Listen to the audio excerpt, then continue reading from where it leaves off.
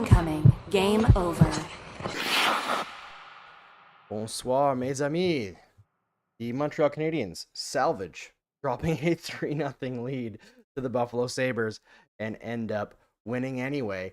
I'm here with Kay, with Conor Tomalty, who you haven't really had a chance to meet that much yet here at the Game Over Network, but now we're bringing him in here live tonight for his first experience on the Game Over show itself. So we got a great game to talk about tonight. We're going to talk about how different the first period was from the rest of the game. We're going to talk about Nick Suzuki specifically in a multitude of ways, actually. And we're going to talk about a bit of a controversial take I have from these last two games and what the Canadiens did, or tried to do at least. And then we'll take your questions at the end in our overtime segment, as always. So stick around if you have any questions or stuff that we didn't cover or off topic stuff, and you can ask it of us live in the chat because we love interacting with our audience live. You are part of the show here at Game Over. So before we get into it too deeply, though, I want to introduce you to Conor a little bit, and obviously say hi to Kay because we all love Kay. But Conor, who are you, man? Tell folks who you are. What do you like about hockey? What gets you going? And then we'll go into the show. Who am I? What a Who are philosophical you? question to lead me into. Well, I'm a Capricorn. No, my name is Conor Tomalty. Andrew had a perfect pronunciation of my last name, which I appreciate. A lot of people think I'm Italian. I am not. I am so sorry to disappoint the Italians out there. I'm in my last semester of journalism at Concordia University. I cover for the hockey news, the PWHL, the Montreal Victoire here in Montreal.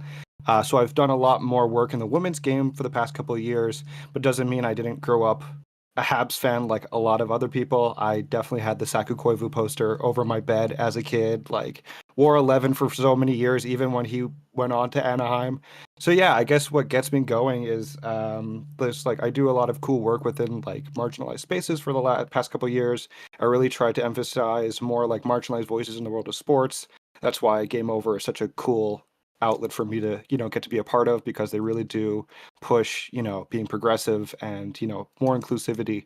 That dang DEI, we're not going to get into it, but DEI talks in the States and other places have been quite a button topic as of late. I'm for it, in case anybody was wondering. So yeah, I guess that's a bit about me. Nothing more else to say other than I like hockey like everybody else, and I'm hoping to do a really good job, and I'm just glad to be here. Awesome. And you know what? We can get into it just quickly because I think it's funny. My in-laws are visiting right now, which is why I'm up here in the club, as they named it last show, with the lights going around. But my father-in-law had asked me, he was like, I noticed that you're talking a lot more like politics than hockey on socials and stuff. And I was like, yeah. And I think it all comes down to it for me. When I was growing up and I was learning about things like World War II and the Holocaust, I always thought in the back of my head, what would I do? How would I act if I was in that moment, right? And I look at how so much of our infrastructural parts of society are reacting, and it seems like they just don't remember. So yeah, all the stuff that's going on, it is serious. It's extremely serious, and it's okay to bump into it in a hockey program and talk about it because it affects all of our lives, right? It's tough. All right, the Montreal Canadiens. Kay, how are you feeling after this Yeah. one? Well, first of all, I would just like to thank the Academy.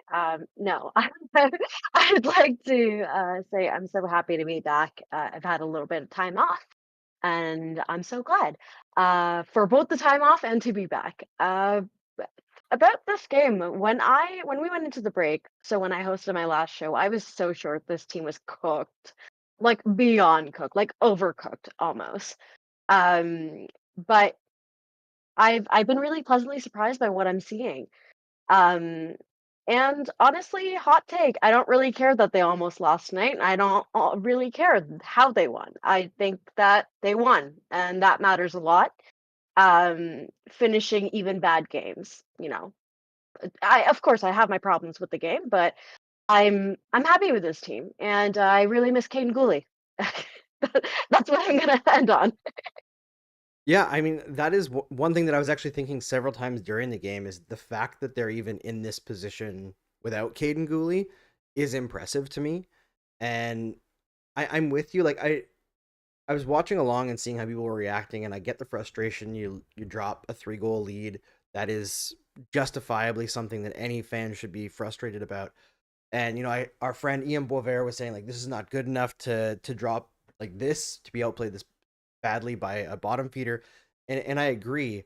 But when you transition into being a team that wins more games, sometimes you're going to win games where you don't play that well. And I think that's also part of the takeaway of the Canadians right now, is that they can win those games now, whereas before they couldn't. It's not an excuse. It's not saying that they played great, although I do have more to touch on that.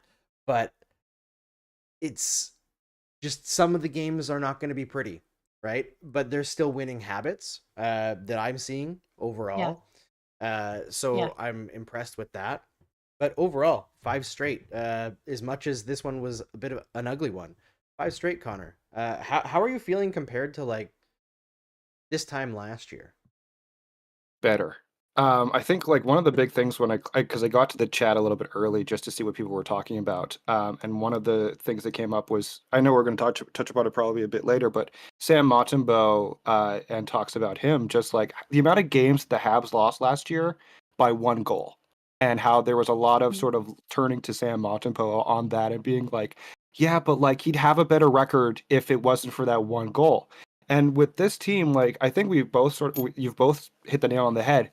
I'm in the same controversial take as Kay. I don't care how they won it, they won it. And I think 5 straight is a huge point of emphasis or a huge talking point for this team. Like I try not to compare the Canadians to the Victoire, but I cover so much of the Victoire that I kind of like I'll see Lane Hutson put a puck on net and I go, oh, that's like Caleb Barnes. And it's like too much of a bad habit to do, because these are two teams that are not at the same, echelon. Like the Victoire up there and like fully like taking hold of the PWHL standings at number one. The Canadians are fighting for that wild card spot. I just feel better. Like the big talking point I found coming into the season as well was just, it's one thing to talk about playoffs. It's another thing to see if they can fight to get into the playoffs. And this was a game where down the stretch, like you did give up the 3 goals, and that's a huge like problem, but you found a way to win. And I think that's something that, gives you a sigh of relief. If they had lost this one, I'm sure it would be a lot different attitude and a lot of a different vibe going around and going forward. And even like going into like the Western road trip that they're about to go on as well. It's not fun to be gloomy on a plane. Yeah, Yeah. 100%. I'm just going to do a quick chat check in here because I saw that there were a couple comments. I saw Trinka, I believe, was agreeing with us, saying, I feel especially hopeful that they've won games after losing Gooley and losing Doc. In the past, we've seen them lose players and they just lose hope. Yeah, Romelli says losing Doc is actually a good thing. I mean, I wouldn't quite go that far, but Beck has I think been Ramel is being a little superior. sarcastic there. Yes, I agree. Yeah. I agree. Romelli's not a mean person, so don't No. nobody jump on Romelli in the chat. They're awesome. And Martin Latour says hi, Kay, with some heart eyes, which Hi, I hope Martin. is a nice thing. But yeah, this game had some positives to it. Overall, the 5 games straight is always fun because that's not something that we've seen in Montreal for 4 years? It's been a long time since they won 5 At straight. least 3 years since they won 4 more than 3 straight. And the 5, the Habs records are always so funny because it's like it's either like Shooty McShooterson from like 1930s is like the last guy to do this, or it's that this team has just the last guy to do this was like either Carey Price, PK Subban, or sometimes like Saku Koivu, and that's all you have. And those are so this team is just so funny because there's such a rich history, but also they've been so bad for so long in certain ways, like Yep. offensively, I'd say, that there's records being broken, and you're like, okay, well that's fun. Yeah, and we should mention, while we're talking about records being broken, there's just a couple more things on this before we switch over, and I want to talk about Nick Suzuki. But Lane Hutson is, I believe, now the fastest Montreal Canadiens defenseman to 50 points. Is that what it was? 50 points that he hit? Yeah. Or is he at I 48? believe yes. Yeah, that's I think it's 50 throughout his career. So the 2 okay. games last Okay, that's what it is, right? Because he had the 2 games, yeah. points at the end of last year, right? Mm-hmm. So he's on pace to outpace Chris Chelios. And Connor, you had mentioned that it's even more crazy than that if you isolate to like the modern era. Yeah, it's Mhm. like you have like he's the only guy. I think he's like the 11th fastest in NHL history, and like you have guys not named Shooty McShooterson, like Kay has pointed out, but like definitely like as like Whitey Two Toes whoever from like 1920 is on that list. Where it's like the only other like 21st century person is Cale Makar, and Cale Makar has the Colorado Avalanche he was playing for, which doesn't take anything away from how spectacular Cale Makar is in like the 6 years he's been in the NHL, or like not even that long. But like when you have the echelon of players that you have up front, yeah, it helps out to get you're going to have a quicker assist or two here or there. What Lane Hudson's been able to do, I mean, we're also seeing like huge steps from we can talk about the top 3 guys, obviously, who had the natural hat trick in the first period, but it just shows that Yeah. like when you do isolate it like that, it is impressive what Lane Hudson's doing. Like maybe if he started with the team last season, he's probably there. I don't think this is I think this might be a hot take, but like he might not be at 50 points that soon because it was a huge stepping stone for guys like Slavkovsky last year and like a lot of things like that. So yeah, like when we isolate it, yeah, it's even more impressive. Hashtag Calder Trophy. Yeah, it's something that I talked about earlier this season have on opinions on Hyperdrive Hockey. that. Actually, I think it was their first "Sorry Not Sorry" segment, or not even sorry segment. They brought in folks from Game Over, and my controversial take was, I thought Lane Hutson had a legit shot to win the Calder this year, and I still think that Macklin Celebrini is going to be the favorite because he's Macklin Celebrini. But I think when you look at the situation that Hutson has found himself in with, Suzuki, Caulfield, Slavkovsky taking off, Matheson is not a natural number one guy offensively, even though he had a great year last year. He's just put in the perfect situation with a team that is ready to strike while the iron's hot, right? And it's perfect. It's perfect timing for arguably the perfect player for this team. So Can I just it's say huge. something? Yeah. At what point are we going to acknowledge that using Celebrini having more points at one point, or points per game, than Hutson as a reason why he should win the Calder is insane. We need to acknowledge that because I've seen that so much, and I'm like, guys, Lane Hutson is a defenseman, and Yep. as much as some people outside of Montreal want to think that he's not good defensively, he still takes care of stuff defensively. Does he have improvements to make? Sure, but who doesn't, right? Yep. Like, who on this team is great defensively or like perfect defensively? Um, I think it's ridiculous that people are acting like, oh, now that he has more points than Macklin Celebrini, now he's so much more like giving so much more of a competition when it's like, guys, just like he's playing on the first pairing on this team, on this god awful team. Like they've been less god awful lately, but like this on this team that's not really that depends on him.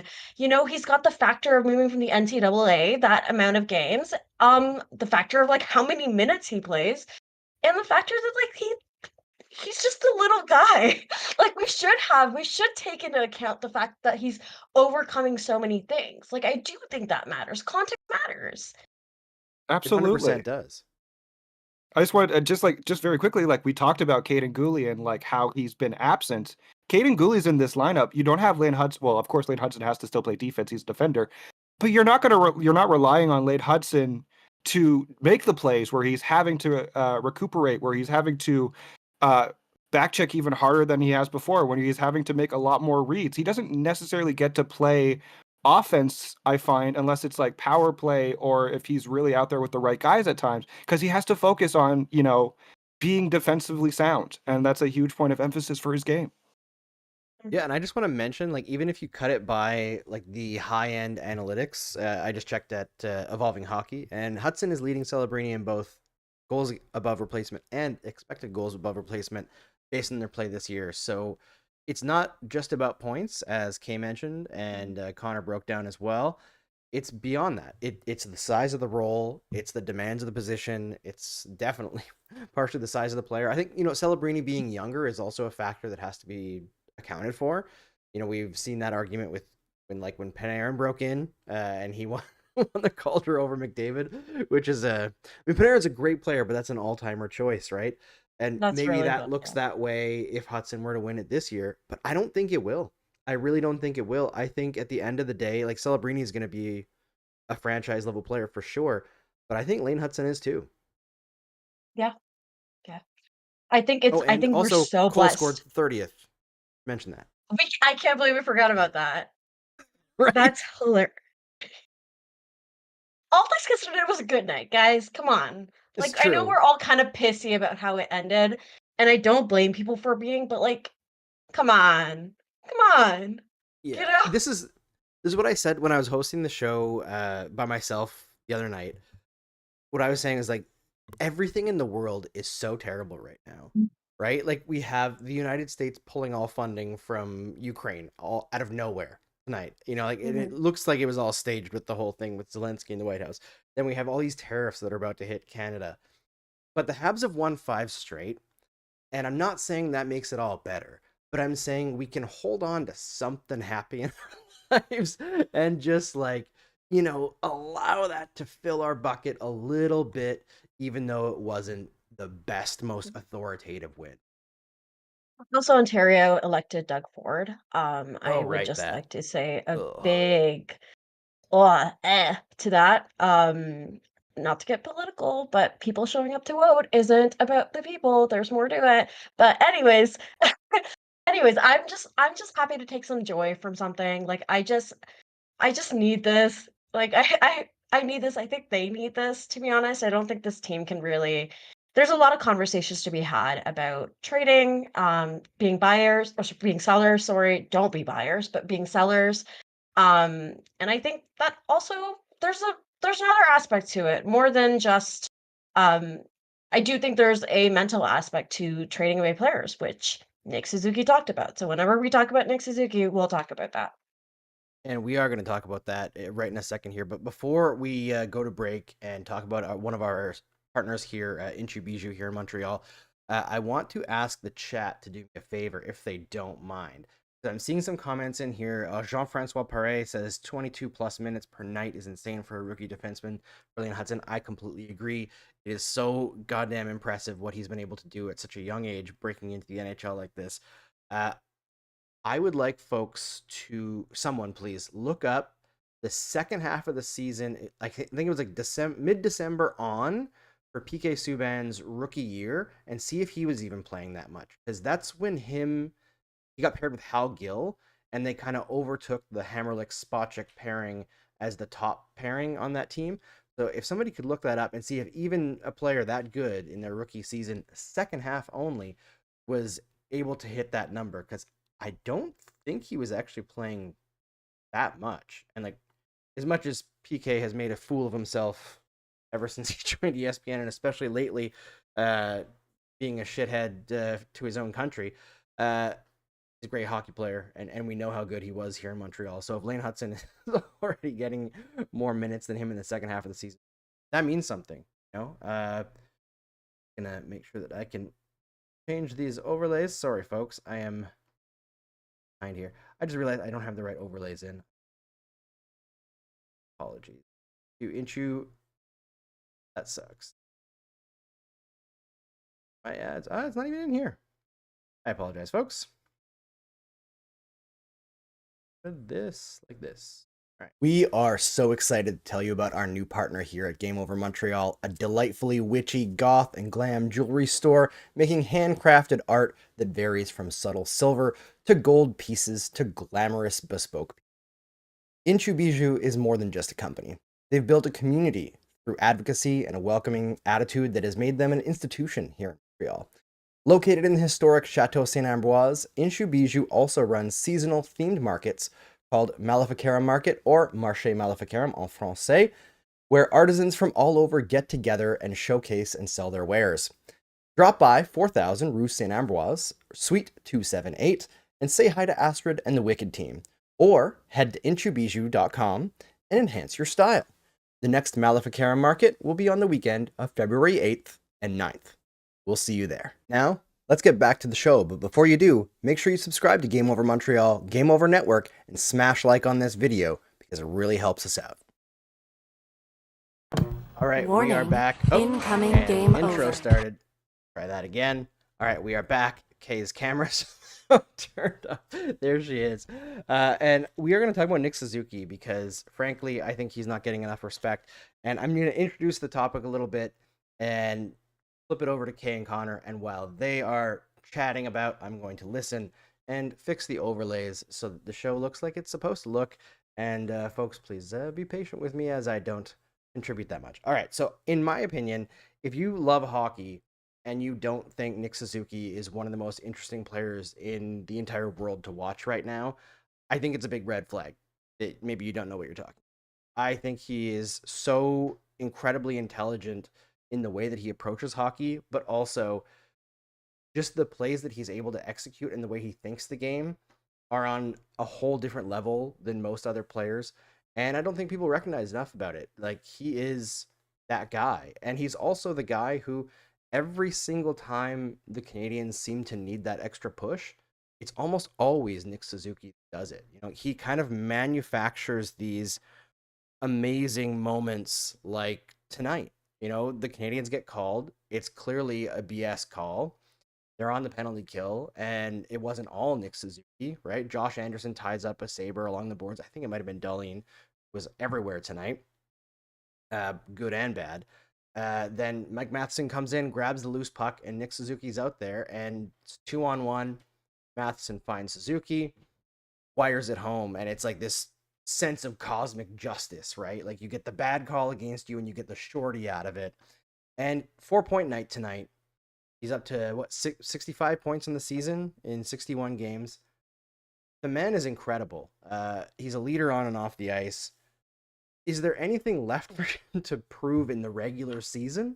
Like, what is it that prevents him from being the guy in so many of these conversations? Like, I know he had a rough start to the season, and he seems to start slow, but where we are now, what's the argument for keeping him off of Team Canada? I don't think there is one. Connor, your thoughts? I was just about to point that out. Yeah, the fact that he still wasn't on the Four Nations roster when it was guaranteed they were playing at the Bell Center was more than just a mistake by Team Canada and the NHL, in the sense of you should have the captain of the Canadiens in that lineup just because that they're, and I know that people could be like, yeah, but you want guys who are 200 feet players. I think Nick has shown that he's a 200-foot player. I don't think there's any doubt in anybody's mind that he can't go both ways and he can make the right read, the right decision. He's very much a leader on and off the ice. We've talked about this, and I think he's a good viewpoint, if you will, or he's a good role model because there are young guys coming in. Like Owen Beck is not exactly the same player as Nick Suzuki, but he's all of 10 games under his belt in the NHL, and having somebody who's young around him and is a defined centerman is some way to look at. And he's really exemplifying himself to a perfect T. I think that first period was just such a beautiful first period, honestly, watching Nick Suzuki play that. I think the pass to Caulfield, I don't know how he was able to connect that. I think it was Peterka who was the defender ahead of them, and he's got a stick that is longer than my room. And I have a very small room, to be fair. I live in Lachine, but the fact that he was able to complete that pass and the gap that could have been closed alone, and Caulfield was able to good read by Caulfield to obviously fire that right away. Open net, you have to. But also just the shot as well from Nick Suzuki that we saw on his goal. I think one of the things I talk about a lot is how smart he is, how hardworking he is, how he's a good captain despite being so young, even though there are a lot of young captains in the league. It's a really hard thing to do when you're one of the, if not the most historic franchise, and you have to be the face of that, and you have to be the captain for that. I know Pacioretty a couple years ago got in some, not hot water, but there were some comments thrown at him oh, he doesn't really exemplify what it is to be a captain because he doesn't to call out guys when they're not working hard enough. And I think there was this whole thing that Sportsnet did where, I don't know, I'm going on a different tangent in that sense. Just looking at Nick Suzuki, I think we also don't talk enough about how good of a shooter he is. As soon as the pass was made for his goal tonight, and I saw Reimer react Sort of, I think he reacted to the first sort of hesitation that Nick had to just control the puck on his own stick. But as soon as he did that, I was like, I can see where Nick's about to shoot, and I hope he shoots it there. And sure enough, he potted that bad boy. So I think that's just something to look at. Like, Nick Suzuki doesn't get enough credit across the league. Clearly, I'm biased saying that, but at the same time, I have every right to be. Kay, you throw it out there too. I'm sure you're very much on the same page as me. I 100% am. Amy P in the chat says he committed the inexcusable act of not going to Worlds because he went on vacation to get engaged instead. Yeah, I think a lot of Team Canada comes down to politics, but I don't want to get mad about that right now. I'm just going to be happy about Nick Suzuki because we really are so blessed. I was kind of shit posting a little bit on Blue Sky about how the Sabres captain had three penalties and our captain had 3 points in the first period. And like I think that there's something to that. He's so composed. People criticize him a little bit about, oh, he's not fired up, he's not yelling, he's not. But I don't know if you've ever watched a Nick Suzuki post game where he's like actually not happy.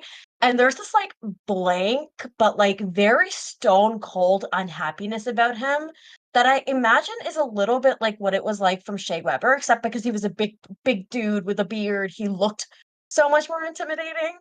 Um, but I I think there's moments like that where you realize that he kind of I don't know. I know it sucked. I know that playoff run sucked in how it ended, but I think him growing up around the veterans that he grew up around in the team was so important. I think he's such a good leader. Say what you will, that is a big pressure point. That does so much of hockey can be so mental. You have players who've not been able to make it in a market like Montreal. And you have him at his young age, not only making it, not only thriving, pushing past the criticism, and like frankly, just thriving. I think he thrives in big moments. Um, I think he's just such a good player. Um, I think his durability is such a strength of his. I think he's the perfect captain for this team, and I am so excited to watch him lift that thing one day. I'm not gonna say it, but we all know what I really, really wanna see him lifting. Lifting up everybody's spirits with tomfoolery. That's what you're referencing, right, Kay? That's it? Correct, Yeah, Of course. absolutely. correct. It's making us all, Yeah.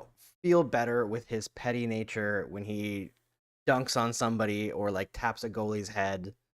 All that fun stuff from Nick Suzuki. I want to just point out 2 comments from the chat here. Keksho says, last show, Andrew, you talked about Bergevin and how culture goes from top to bottom. This guy's the perfect captain for this team. This, to say, similar to what Kay was saying, and I completely agree. This is actually something that I mentioned on Blue Sky tonight, was that I think that Nick Suzuki, just as a presence, is really underrated, and that ability that he has to manufacture those great moments and be clutch. Yeah, that's the leadership too, but it's also the calmness that he presents himself with and the confidence that, like, a team that's rebuilding, and he'll be out there and say stuff like, we want to be in the mix, or we think that we're ready to take the next step. And it might not look true, but then he starts to just back it up and wills it to be so. And speaking of willing it to be so, I know Kay wanted to mention that Suzuki's made his wishes known to both us and Canadians management about how he'd like the deadline handled. Yeah, so I don't know if anybody else watched it, but in the intermission at TSN, Kenzie Lalonde, who is wonderful by the way, and Arpin Basu do a segment together called Arpin's Notebook, and he kind of, you know, tells us things. He says things. But one of the things that he talked about a little bit was, so I'm sure everybody's heard that Nick was very, very clear about, he said some things very clearly, very, very transparently. One being, Kent hasn't told me we're sellers yet. This was a little bit ago, I think right at the start of the time that they came back. He said, I'm tired of guys leaving, as in like being sellers at the deadline.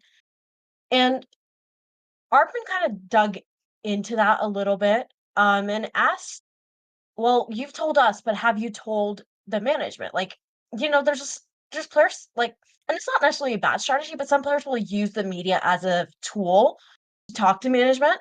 Um, but I think like Nick very clearly was like, yeah, I've told them.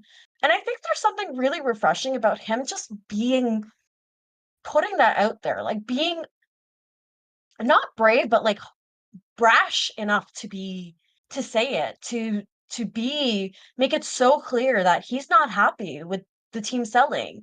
Um, it's not like, and if they sell in a big way, there will be think pieces about that. He's not been shy about that, and I think there's something about, like, just putting himself on the line there and being like, "I'm gonna put you guys in this position where now, if you sell, you guys know I've made it very explicitly, like, literally with my mouth, I have said, I am not gonna be happy about this." I think there's something so smart about where he's, like, put like, not in a bad way, but he's, like, almost, like, pushed this management group into this corner a little bit, and I think that's so clever. Not again, I don't think he's doing it in a malicious way, I don't think they're taking it in a malicious way, but he's definitely not backing down, and I think that's like, he's standing for his guys. I love how you said that, Kay, because I think you just pointed out something that's really important that I think in sports we often look at figures like, say, LeBron James. I know it's a different sport, but we talk about like how a player can't be a GM, but a captain definitely has a say as to what should be added to the locker room and what should be subtracted, if anything.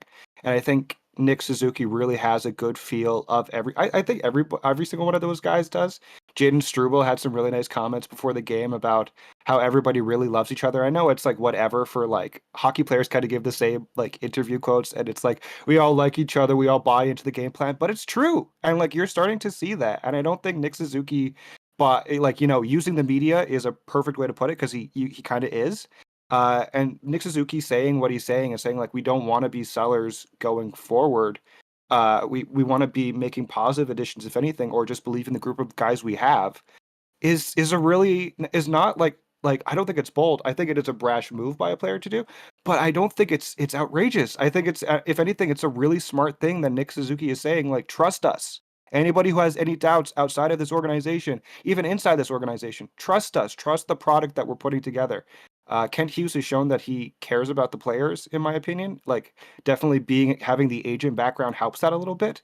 But you're looking at a guy like Nick Suzuki, and you just want the world for him because, like, yeah, I think we're all in agreement. In agreement, I should say. Nick Suzuki is a good captain, and he cares about his guys. And I think that at the end of the day, that says a lot. I totally agree. And can I do my usual gentle parenting thing? Because it bleeds in so easily. I'm sorry. It's just it works. Okay. I love to hear it. So Love to hear I it. know. So this is my theory on like part of what's made Suzuki blossom so well in a leadership role, because the way that things have worked both in hockey and in industry and business forever has been like the idea of leadership and what is respect is like you kiss the ring. You kiss the ring and do what we say, and then when you put in your hours, eventually you will get to make somebody else kiss the ring. And like that's how the attitude has been. But the Canadians, by have bucking the trend that they used to have under Bergevin, right? Like PK Subban's up for contract. Well, we're gonna negotiate the hell out of this and just like crunch it down. You're like, even Pacioretty, he's up for a contract, and it seemed like it was a team friendly deal, and then right after he fires his agent, it's like it's always that first contract coming out of the ELC is like we're gonna crunch them down to fit as much as we can under the cap. And this management group, and I will give Bergevin credit that he learned from his own mistakes. The Suzuki contract is a Marc Bergevin move, and arguably, aside from the Suzuki trade, which I factor a lot of luck into that because he wanted Cody Glass initially, Yes. but the Suzuki contract is probably the best move Marc Bergevin made for this organization. Better than any draft pick, better than any trade, better than anything else. And giving Nick Suzuki at such a young age that trust, that security, and then he's all of a sudden captain. This is a kid who has been given a lot of responsibility, a lot of leeway, a lot of security. And because they made the right bet on his character and his emotional intelligence and his readiness, his maturity, it's allowed him to grow even faster and into an even stronger leader in that room. And I think this is something that I've noticed in my own life as a manager, both SDPN and here, and even way back at EOTP when I was in my 20s, when you give young people the space to run with and be creative and make decisions and take risks, they will perform extremely well. When you trust people, they do great things. If you watch over them and micromanage like crazy, they will get nervous and make mistakes, and then things go wrong. So I would say when you're looking at how different the vibes are between the Kent Hughes Montreal Canadiens and the Marc Bergevin Montreal Canadiens, both teams kind of came out with high level draft picks to start out, that kind of stuff. They had good pieces, Carey Price, Subban Pacioretty, Gallagher in one, and then you've got this group here. But the vibes are so different because there's a level of trust. It's not a situation of like paranoia and micromanagement, punishment. If you make a mistake, they don't seem to care about mistakes. It's, did you make the right decision? So you screwed up. That's okay. Did you make the right decision? And when you start from that, everything else gets better. So that's where I am. That's where I'm at with Nick Suzuki, and also a big part of that's Marty St. Louis. But this management group in general, compared to before, if that makes sense.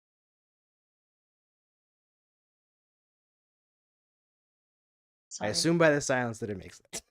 Well, It I had makes a to lot of think a bit. sense. Yeah, it makes I sense. It was makes perfect sense. I totally agree. I was watching that show, and I totally agree with that. I think it's a culture, and the front office is part of the culture. Uh, I I just really like everybody knows I love Nick Suzuki. I really do. And I think it has so much to do with like not only the player he is, but I just really enjoy the kind of player he is. He feels like the kind of guy that you would run through a wall for. Like you have, and this team genuinely seems set up in a really nice way in terms of that. You have Kent Hughes being like a really good people manager. So I assume that that guy inspires a lot of confidence from his players, a lot of want from his players. Then you have Marty, obviously. You have Marty who inspires guys like crazy. Then you have Nick, who's such a good captain that he's inspiring guys, and I just think there's a lot of intangibles in this team that I think are helping them, um, including the power of friendship. So, the first line, the power of friendship, party girl line, anything you wanna call it, it's just the line, and it's my favorite.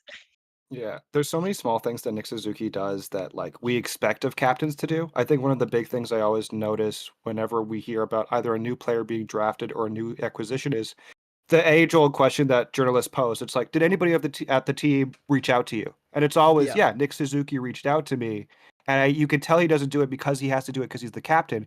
You can tell Nick Suzuki wants you to feel comfortable. He cares Yep. about, as Kay pointed out, the power of friendship, which is one of the most powerful things that we're ever going to get. I will also, in a private chat, ask you what a meow meow is, Kay. You've referred to Nick Suzuki as a meow meow multiple times. I don't know what it is, and I'm afraid it's like either a Pandora's box or a can of worms that I will be opening up, figuring out what that is. It's a But feeling. It's it's a a feeling. feeling. It's a feeling. It Okay. Kay explained that same thing to me last year, so don't feel bad. It took me a minute, I think, but yes, Nick Suzuki is the best. All right, I want to switch to our third segment here in a second, and talk about the last two games here against Buffalo, and I think some lessons learned for the Montreal Canadiens, and then we'll switch to our Q&A at the end here for overtime, where we'll take questions from the chat. I saw some questions about Montembeault. I think we can kind of roll that into our next segment here, because I do want to talk about him, because it's been an interesting stretch for Montembeault this year. Lots of different stuff happening. But before That's we one get to word that, we for got to it. tell you. Before we get to that, we got to tell you about one more of our partners, Le Saint Motel, which is adjacent to Inchu Bijou in Chateau Saint Ambroise here in Montreal's Sud-West borough. So go check them out. It's an awesome selfie studio. Listen in. Looking to make awesome memories with your friends? Take some promotional pictures or videos for your business? Check out Le Saint Motel in Montreal's Sud-West borough. It's an amazing selfie studio located in Montreal's historic Chateau Saint Ambroise, right next to Inchu Bijou. It boasts 12 plus unique decors for you to enjoy and make memories with. Hop into their iconic heart-shaped ball pit, or transport yourself back in time to Expo 67. Le Saint Motel can also come to you with mobile decor setups available to rent for events, including setup and takedown, or you can head to lesaintmotel.com right now for more details, or to check out their amazing decors that are always being updated. Now, let's get back to the show, but before you do, make sure you subscribe to Game Over Montreal, Game Over Network, and smash like on this video because it really helps us out. Welcome back. I am Andrew Berkshire. I'm here with Kay Imam and Conor Tomalty, and we are Game Over Montreal. Well, we also have Marc Dumont, but he's not here today, so he doesn't count. No, we are. Oh wow. My debut He's been episode, I'm replaced. trashing Marc Dumont. No. Yeah, just hit him while he's down. That's what we got to do. I'm always trying to get Marc angry because when Marc first broke into like hockey media, was with me at Eyes on the Prize, and he used to be much more like out there, and he'd tell jokes that might get him in trouble, and now he doesn't want to do that anymore. So I always try to get him a little bit riled, and sometimes it works, sometimes it doesn't. But that's how I get along with my good buddy Marc, who I've known for so long. But yeah, okay. Before So we I start wanted on to our third period, sir, just really Oh, yes. quickly, it was confirmed, which we kind of it was confirmed that Brendan Gallagher's wife gave birth to their baby, Oh. and Stu Cowan actually confirmed it, and congratulations to them. I cannot believe that we are seeing Brendan Gallagher, the father. Brendan What a Gallagher, world. the daddy. I can't wait for Brendan Gallagher dad strength memes to come out. Like, oh my Oh my god, God. it's gonna be such a good day for shit posting. Oh, I'm thrilled. I'm also wouldn't be surprised if Stu Cowan is like at the hospital live tweeting. Like, I would not put it past them. They're like he's outside the ER. They're like, sir, you have to leave. No, I'm doing vital journalism on behalf of the Montreal Canadiens fan base. Well, As long as he's not like putting out. congratulations to the Yes, Gallaghers. congratulations. It's a tough thing, and good luck, because sleep has just ended for you. I apologize. It's just the reality of it. All right. I wanted to talk about something that I noticed in the first game against the Sabres on the weekend, and that game was pretty testy, right? And you could kind of tell that this game was going to be testy. And I noticed in that game, I thought the Canadiens, the attitude that I saw from them was they took their foot off the gas end of the first period, and I think first 10, 15 of the second period. And Sabres kind of got back into the game, but then they put their foot back on the gas and just dummied them. Like, it wasn't as close even as the score, right? Like, they really outplayed the Sabres in that game, and it seemed like they were playing with their food a little bit. And when they got that power play, I think it was a power play at the end of the game, they didn't ice the top, like all their top players. They kind of just passed the puck around and like didn't push it, right? It was like they felt the physicality of that game getting pretty crazy and out of control. And then at the end of the game, instead of like trying to bury them and embarrass them, knowing this game was coming up, they just let it go.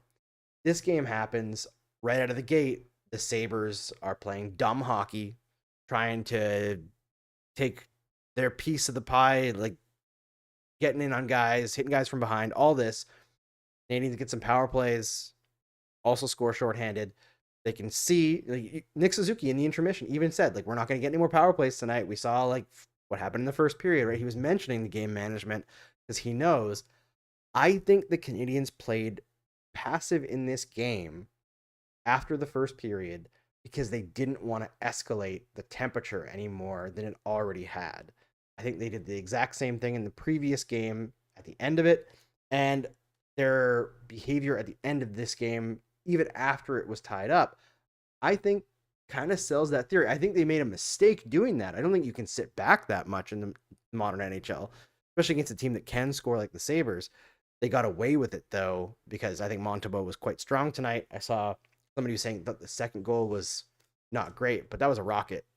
Yeah. Sometimes those just go in. But this is what I think happened. I think they thought the Sabres were kind of unserious and played with their food a little bit too much and got caught, but not all the way. And I kind of think it's funny because they were proven right. Even though they probably shouldn't have played it so passive, they won. That's it. Like I was looking at I was kind of going to go in the opposite direction, admittedly, because one guy I was really happy to see how he was composed tonight was Arbor Jacki. I think we Yes. Yes. saw early on with him poking at Greenway because of the residual from what happened last game, and also the fact that I mean it makes sense not starting Jakub Dobeš, but God, I wanted to see what it was like on the bench for that kid, just like and what he was saying. But Arbor Jacki, I think like earlier on in the season, the Habs were up, I think 2 goals, and he dropped the mitts with somebody, and it completely like shifted the momentum to the opposing team. I don't remember what game it was, but I just remembered this like very vividly in my mind. And so like I was watching him tonight and I was like really glad he's not dropping the mitts with somebody. I was really glad that the physicality was more present in like the corners in front of the net where it should be as at times in hockey and not specifically just to fisticuffs. But to your point, Andrew, yeah, I also did see the Habs really take their foot off the gas in the second period. It wasn't just like the shots that the out shooting that we saw the Buffalo do. It was where the shots were coming from. A lot of that was was in the slot. A lot of it was around the crease. I didn't think they were clearing rebounds fast enough. I didn't think they were picking up on guys. And I think like that energy that they were able they were more fortunate in the first period, but like the energy they didn't grab that momentum and take it. They sort of just got way too serious and as you pointed out, way too passive with how they were trying to play. Yeah, I thought the third period was worse. In the second period, I thought they shelled, but I saw a lot of like good habits in the shelling, if that makes sense. Like I Mhm. thought they were really good at getting in lanes to block shots in the second period. I thought that they actually were pretty good at breaking up shots in front of the net or like chances in front of the net, loose pucks, all that stuff. And I saw a lot of like on their breakouts when they were clearing things, there was a lot of puck support. And for those Mm. who don't like, who aren't dialed into hockey talk completely, when I'm talking about puck support, what I mean is there's like layers of preparedness around the puck. So if you're trying to break out the puck and you're below your own goal line and you're trying to skate it up along the boards, what are your options? Are your teammates reading off of where you are and in a position to support you if somebody comes into check? And I thought in the first and second period, even though the Canadians weren't playing as well offensively and had taken their foot off the gas in the second, I thought they were doing those little things well to keep control of the game, even though like the analytics would say they're playing terrible, right? And then the third period, Mhm. just they got ran into the building for the first 15 minutes of it, right? It wasn't very pretty. That's it. Anybody who's No. covered professional hockey and been to a practice knows how much the breakout is harped on and how much like how many drills are written up about it, how many like even like breakout on a 5-on-3, breakout on a 5-on-4. What's it like when it Yep. comes to clearing pucks out of the zone? And that's exactly what you're touching upon. And again, yeah, that third period was forgetful, if anything. Like you want to make sure that you can move past it. And I think the Habs Mhm. did with that last goal that was scored, even though it was, I think somebody online called it a muffin, which is a pretty accurate, It's James honestly. Reimer. It was Yeah. also part of why I was getting annoyed. I was like, "It's James Reimer's It's shoot James on him." Reimer. Also that's also what I was thinking about the Sharks game, by the way. I was like, "It's Alexander Georgiev. Just shoot. Just put Just the puck in the net. shoot." Although I didn't But get to watch the Sharks game, that was like the one of the recent ones that I've missed. But just from the highlights, it seemed like the Canadians were like pretty unlucky to need overtime in that game. Is that say they weren't fair? as bad as it seemed. Um, uh, to kinda go back a little bit, just step back for a second. This was the kinda game where I saw Arbor Jacka and I went, I cannot wait to see this guy in the playoffs. Like, this is one of those games where you really see him in his element, where he can push the line a little bit. Things are nasty. He can get away with a little bit more. Um, and the guys are giving it right back to him. And it just brings out the best in him. I think I who is it in the chat? Uh I didn't find it, but I'm just really loving the I just really like Arbor Jacka. He's also from Hamilton. I know King of the North is gonna see this and go Hamilton bad. Hamilton good. Arbor Jacka good. Um, so yeah, I really love Arbor and I'm really glad to see him succeeding because I think especially the last game, I wanna say, it was a little forgettable and the game before that was like actually bad. Um So I'm just glad to see him bounce back. Also, can we just say a little bit? I just like to take a second and say Jaden Struble, like, good on him. He's been paired with Hutson, and it could very easily have been the kind of pairing that like can overwhelm a guy who's not really supposed to be playing like the first pairing kind of minutes. But he's been doing great, and I think in a game like this, again, I think he's a little bit like Arbor in that a game where he can like flex how strong he is, how much of a physical, like just brick of a dude he is, like brick house of a dude he is, I think is a great game for him. So I think I really enjoyed that. I do agree with you guys in that I wasn't thrilled with the third period. I'm also just gonna again, I think I started the stream by saying this, but sometimes you just gotta win. Um, you just gotta win. I watched the Avs play a lot of bad games and win anyways because they're just able to get it together at the end when they need to. Of course, it's not how you want them to win constantly. This reminded me a little bit of the Toronto game, actually, where I was terrified that they were about to blow it, and it was about to be another turning point. So that Toronto game where they were up, what, like 4-0 and then blew it, and it seemed like that's when things started going downhill. The Sabres aren't Toronto. They came back. And I hope they learned the right lessons from it. The post-game quotes, if anybody wants to check them out, Habs on high heels.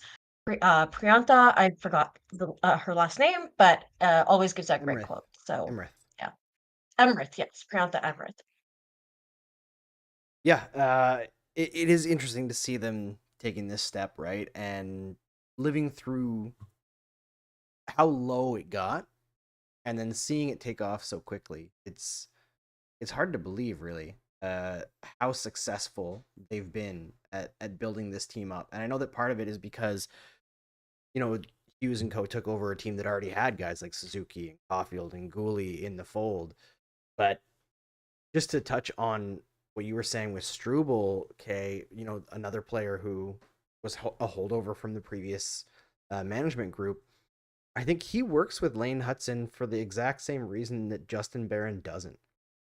And I'm not trying to trash on Barron. I think in general people are a little bit too mean to him. It's not his fault that he was traded for Artturi Lehkonen, right? And that he never really fit here in Montreal. He wasn't able to find it, and maybe he will somewhere. But with Barron, I find the big thing with him is when the puck was on his stick and he wasn't 100% on, it took too long to make decisions, whether it was not paying attention to players who were around him or, just like not being aware that there was pressure, going for a puck or with the puck on his stick in the defensive zone. Struble, all he needs to do to make it work with Lane Hutson is be strong like he is and make quick decisions. Like whatever decision you're going to make it quick and rely on Hutson to make up for whatever happens after the decision, right?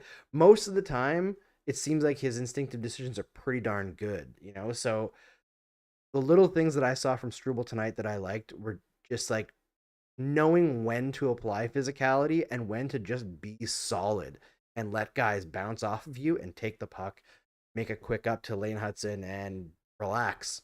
If he can play this to his advantage, Jaden Struble is in a great position to advance his own stock within the Montreal Canadiens after being in a situation where he was, sent down for a conditioning stint because he couldn't get in the lineup earlier. So great time for Jaden Struble as well. Yeah, I think that's something that we look at when it comes to hockey players when they reach the NHL is, well, how is their internal clock working? And like when the puck is on their stick, you're going to have guys who are too slow usually at the beginning because they're adjusting to the speed of the NHL. But you're also going to get a lot of guys who like might go way too quickly and they'll throw the puck away or they'll just make a huge mistake with it. Jaden Struble's the type of guy where like you can kind of tell, like there's a couple players on the Habs obviously because of how young they are, that you can tell they're trying to still like adjust that. But like I think the more experience you get, the more you're able to take reads. Like I think with Slavkovsky, I wrote that down in my notes tonight, was internal clock is really working for him because we know the type of playmaker he is. But I think like once he learns to read, like, having to be in the right position to make it at least look like you're going to take a shot is important when you're a forward. There was a couple times tonight where I'm like, no, you got to move out a bit more. Me on my couch telling a NHL winger where he should position himself because I played left wing when I was 7. It's not the same thing, but it is the same like mentality of just like you internally like. You can either decide like I don't have time, I need to put the puck on the net, or you can say like I need to make the right read. With Strootwood's going to be the same thing. You can either knock the guy out, go for the puck. It's just how you adjust to the game, and I think there's a lot of guys when we were seeing the Habs last year really, falter. We're seeing them really with experience. It's helping. I know it's cliche, but this experience is helping in more than just, learning to play 82 games in a season. Yep. All right, let's transition quickly to our Q&A section, our overtime section here, where we have questions from the chat that you can throw at a specific one of us if you want, or just throw it at the show, and we'll tackle it as we see fit. But before we do, I want to tell everyone that if you really enjoy what we bring you here at Game Over, first of all, make sure you like the stream. Make sure you subscribe to the channel, or subscribe to us if you're listening to us as a podcast on Spotify, Apple Music, all that stuff. But also, we have a Patreon. If you go into the description, either on the podcast or on the video, you will see a link to our Patreon, and you can support us a little bit. A couple bucks here or there. There's some perks. We're actually going to boost up some stuff on the Patreon. So if you have an idea that you want us to deliver on a perk for being a supporter of this network, let us know. You can join our Discord. Link is also in the same spots. And chat with us directly, or leave a comment here on the YouTube channel. Doesn't really matter. We'll read it. We're around, any of our social medias, all that. But join our Patreon, join our Discord, hang out with us, help us build community, because frankly, sports media has shown that they're not up to the task right now, and we need to build community. We need to be together, and sports is a great vehicle through which we can share our passions and have some fun together. All right, let's switch over to this Q&A section. And before we start doing the questions here, I just wanted to say one last thing on leadership quickly, because Rasmus Dahlin tonight was interesting to say the least. Kind of very baby game, right? And obviously he's an effective player. He's a great player. He made some great plays tonight. Guys like that and Brady Tkachuk shouldn't be your captain. Nope. Shouldn't be your captain. I understand the like gut feel of like, oh, you want this guy who can like inspire you with like that high end emotion and like physicality, all that. Those kinds of guys are as big of a detriment sometimes as they are a benefit. I am so much happier with a guy who is even keel and like a cold-blooded killer like Nick. Like you don't know when Nick Suzuki is going to ruin your life. He's not going to be loud about it, but he's going to do it. And when he gets to you, it's going to be too late. Yeah. I'm not sure if you guys saw, but I saw a video of Brady Tkachuk fighting Tom Wilson, I think. And whoever quote retweeted it said, even before looking, I knew the Sens would be down 2-0. And they were down 2-0. Like, I think that's the kind of like, I get it. That's, firing up a team, but I don't think that that's necessarily the best way to go about it. Also, speaking of physicality, real quick, I really like it when Slav remembers he's a big boy. I know we didn't get a chance to touch on it, but like that shift where he just seemed to remember that, hey, I'm just like bigger than everybody else, and I'm really skilled, and I can make your life miserable. I love it when he plays a little bit like a jerk. I love it when he decides that, nope, I'm just gonna make you hate me. Like, holy shit.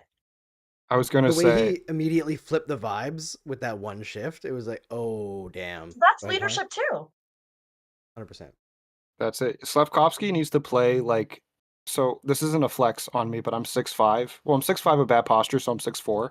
But like one of the things I tell people all the time is like, or not all the time, but like if Slavkovsky can play like me opening up a pickle jar, like where I just have the utmost confidence that I'm gonna get that bad boy open because of my big friggin' hands and like my like farmer's grip, if you will. Like I'm here for it. Like Slavkovsky, like That's the Arbor most Jack. man thing I've heard, by the way. Oh, I'm so sorry. Like Or like, yeah, like Arbor Jacki for a while was like one of my favorite players on the Habs just because I like the like almost insane hockey players. But Slavkovsky has Mhm. just grown on me so much that now he's my favorite player just because I'm always here for a power forward that is realizing how much of an impact he's had.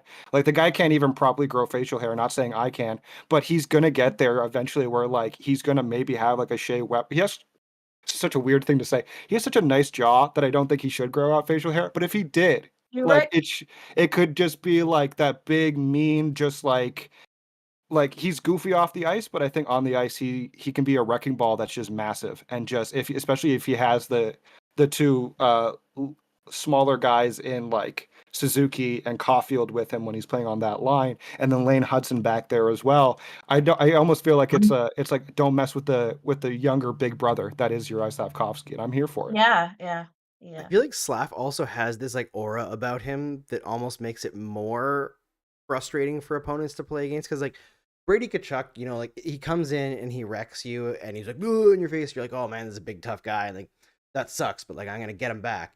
And like Slav comes in, destroys a guy, and it's like he looks down at them and he's like, "Yuck," because he's just goofy. And they're like, "God damn it, this giant toddler just destroyed me." Donald Duck. Donald Duck-esque, yes. Well, It's I'll just pose a question to you guys because I've always been curious about that. He is one of, if not the best hockey player in his country.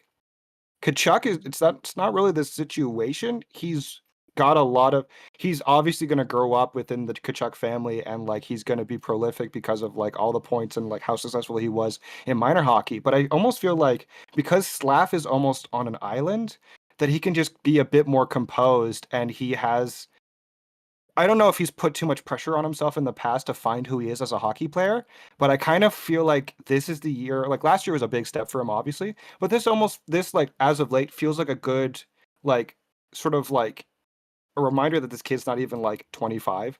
That he's still sort of finding who he is as well, just as a person, but as a hockey player, he's having to do that at the same time. And I think we're starting to see like, as was onomatopoeiaed by Andrew, the hyuk effect of Slavkovsky. oh god, I Well, gotta like make that like a Slavkovsky, hashtag that for Slav or you something. do. You do. We're gonna have to clip that.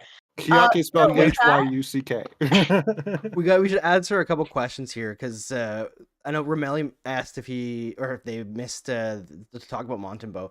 I didn't have too much to say about Montembeault tonight, other than I thought that he was really good. I thought the Sabres had a lot of really great chances, and there were many moments of chaos where the puck was bouncing all over the place, and it could have been a sometimes bad the rebound Montembeault night. control.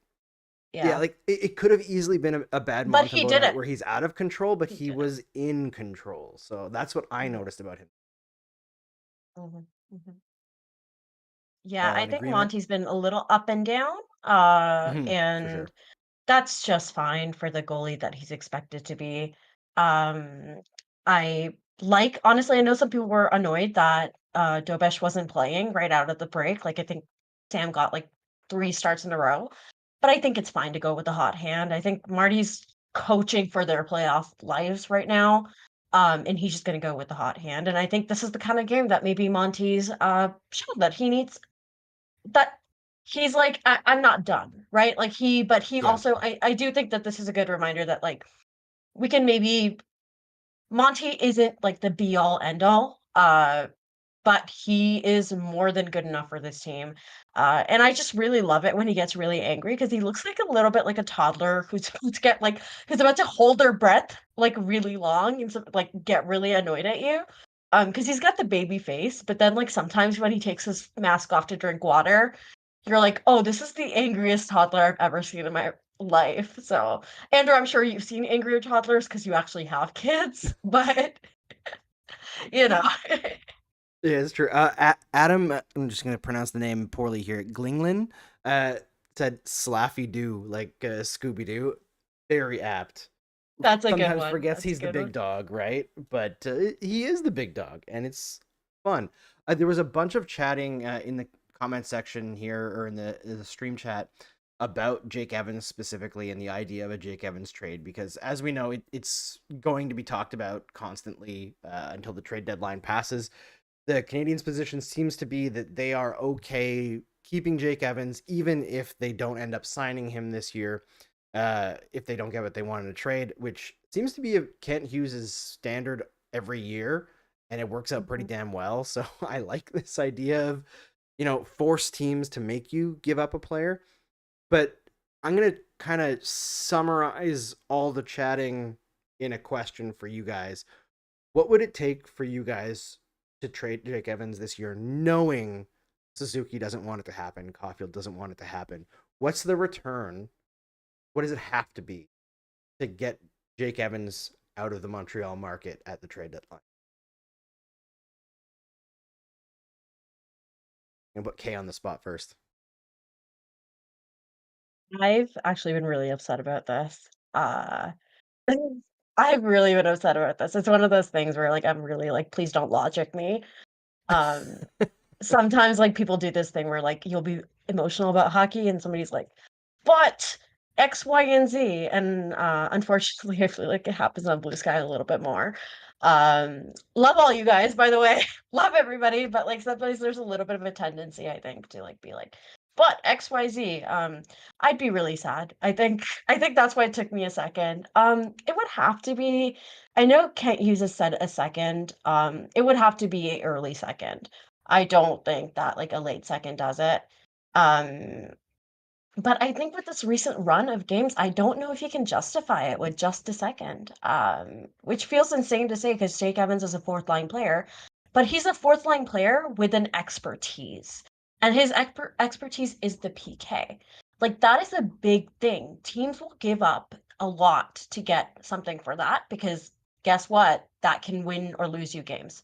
Um, so, a saying that one of somebody I follow says a lot is you can win games on 5-on-5, but you can lose them in special teams. And I think that's kind of like, that's why a PK player is so special. I'm also really biased, so I'm pretty sure it would take a lot for me to be okay with that. Yeah, that's it. Like, I think you touched upon what I was going to touch upon, and that was like I haven't really thought about a Jake Evans trade. I've just known it's probably the most talked about thing in Habs discourse as of late. I just like I don't want to say like we're gonna get this quality of Jake Evans every year. I feel like it's also just kind of like a lot to put on a player when I can't see the future. I haven't thought about a return whatsoever for Jake Evans. I don't know what it would look like. I don't think Kent Hughes is gonna like burn a draft pick or two along with Jake Evans to try and see if you get that 2C. I don't think it's possible. Like there's so many things that I just think of and I'm just like, it's not I don't know who you would get for Jake Evans. And like what do you get with a second round draft pick? What do you get with a late first round draft pick? Like I don't really think much of it. Like when I look at Jake Evans, I think of Claire Dalton on the Victoire. I know I'm doing it again. I'm so sorry. But No, I love it. Claire Dalton is somebody that I don't think gets talked about enough for Montreal. She plays the PK. She fills in on the power play if she needs to. I think she's on the second unit. She does a lot of like really good stuff for that team.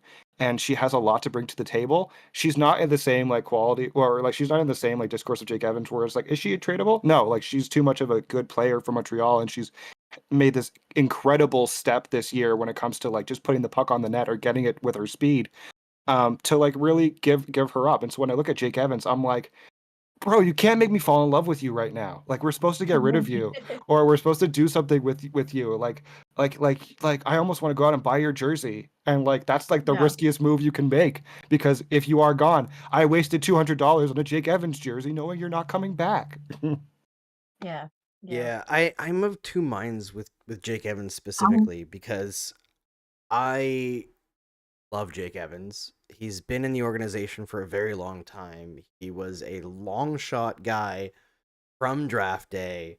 He was a guy that I remember when he was drafted and thinking this guy might make it. And then like watching his career from afar as he just kept on worked his way through Laval. I believe he's still the only full-time Laval graduate from the Bergevin era, which is insane that he's still here. Because the only other one I believe was Gallagher, and he only played there because the NHL was locked out. He would have made the team out of training camp, I think, relatively easily. He almost made it the year before. But at the same time, Jake Evans is at a time in his career where he absolutely needs to make bank. Like, he's having a career year. He's at the wrong age to commit to long term for a team that's building. So I think his needs and the Canadians' needs are just diametrically opposed for this next contract. So I can just looking at the situation, I am assuming there's no way that Jake Evans is in a Montreal Canadiens uniform next year, and I think that's the best situation for both. Even though it would be great if he were still here, but I would like to see Jake Evans make his money at the same time. And if he gets to do that while also winning a Stanley Cup this year, that would also be great because the Canadians aren't going to like they're not guaranteed to make the playoffs. It would be a friggin' fantastic situation if they. Mhm. But I don't want to lose Jake Evans, and that part I sucks. just don't think you can do it. I just don't No, think you can do that's it. Like, if that's Doc the was healthy, it 5 might be a different games. situation, right? But he's Mhm. gone the rest of the year. Like Beck looks good, but you don't have another Beck. So if you want to make Yeah, this I run, just like, for me, it's I don't what we lost you there, Kay. Kay got so okay. so passionate that she disappeared from the screen. I got Their so camera worked turned up. off. Yeah, see. No, for me, it's what would that do to that locker room? Because these guys just won 5 in a row, right? It They haven't won more than 3 in a row in 3 years. Um, but I don't know what message that sends to your locker room. I know that this team is so much about culture to the point where they took a risk on a first overall player, which I do think, by the way, that they thought he was right hockey wise too. I don't think they just got him because of the culture thing. Yeah. But I just don't know if you can do that to your locker room, frankly, especially if it's for a guy that like they see and they go, okay, how do you guys feel about this? Assuming, like, the world, like, with the facts or, like, these facts being assumed, everybody's gonna be really sad with Jay gone. They are going to take it as a sign that the management doesn't believe in that. Do you think that it would be better if they got a player rather than a pick? Because I think Yes. that that might be a little bit better if the guy saw, like, a tangible thing in front of them, tangible guy, uh, rather than, like, a theory. Yeah, I I think if there's going to be a situation where Jake Evans is traded, what Kent Hughes needs to explore is teams that absolutely have to go for it right now and don't have many more shots at the can. You know, a team like the Winnipeg Jets, and there's already been rumors about Jake Evans to the Winnipeg Jets. The Jets You're just gave alarming up, us to the Winnipeg Jets too. right? I mean, that'd be interesting too. But the Jets gave up a pretty big part of their future over the summer. Obviously, there was a trade request in that situation. But, like, is it a little bit easier to let go of Jake Evans if it's for Brad Lambert? Which sounds insane, but Brad Lambert is not having the career to start with the Jets that you wanted to see. And also, the Jets need to win, like, now. Connor Hellbuck's not getting younger. You know, like, all of their best players are approaching that time where things start to go the other way. And they're having a phenomenal year. They need to go for it. And a Jake Evans could put them over the edge. I look at it kind of like, do you remember? I mean, you guys might actually be too young, but when Paul Gostad got traded for a first round pick at the deadline, sometimes the right player at the right time commands an absolutely insane price, even though it doesn't make any sense for what they can provide in total. And I think that's the situation that would have to arise for Jake Evans to move. I wish I had more to add on to that. I think that was the most eloquent that you can get when it comes to talking about Jake Evans. Like somebody in the chat said it, like Jake Evans has proven that he's more than a fourth liner. Like he really has proven that like he brings so much to a hockey team. And I think that like he's like I think he would bring a lot to any hockey team that like he had to walk into the locker room of. Of course, you have to get acclimated to the culture and like the belief system and everything, but at the same time, just he's a good guy and he's a good egg, that Jake Evans. I think he'll be fine. I also do He is think that. of I okay. So one of the questions I ask Oh, first of all, I remember what I was gonna say. I would like to remind everybody there were some times where Jake Evans was the second highest played forward on this team. And I'm not saying that that was a good team. What I am saying is it means Marty also trusts him. You also have to keep in mind what your coach likes. And also, again, Nick Suzuki's time on ice cannot be high as it would take for him to play the current amount of time he does 5-on-5 power play and then PK too, which by the way he would be because Armia would also be gone. Josh Anderson is not fully a body. And David Savard just he's slipping and he's slipping fast. He's gone downhill real fast, I think. Um, I see in the chat somebody asks what we think about the reported asking price, $4 million for 5 years. What are your thoughts? That's by Romali, by the way. Romali asked that. That's an immediate no for me. I have two Yeah. rules with fourth liners: never over 3 years, and not more than like half of what most teams would pay, unless it's somebody who's like foundational. You know, like somebody who is I insanely rare as a breed, like Arbor Xhekaj as a forward on a fourth line that can score like 15 goals a year and intimidates the hell out of people. Sure, but most fourth liners, I'm not giving term and I'm not giving big cash. I would give that money, I wouldn't give that term. I think it's about the cap really, and I know that's such a well, the cap is going up, but the cap is going up.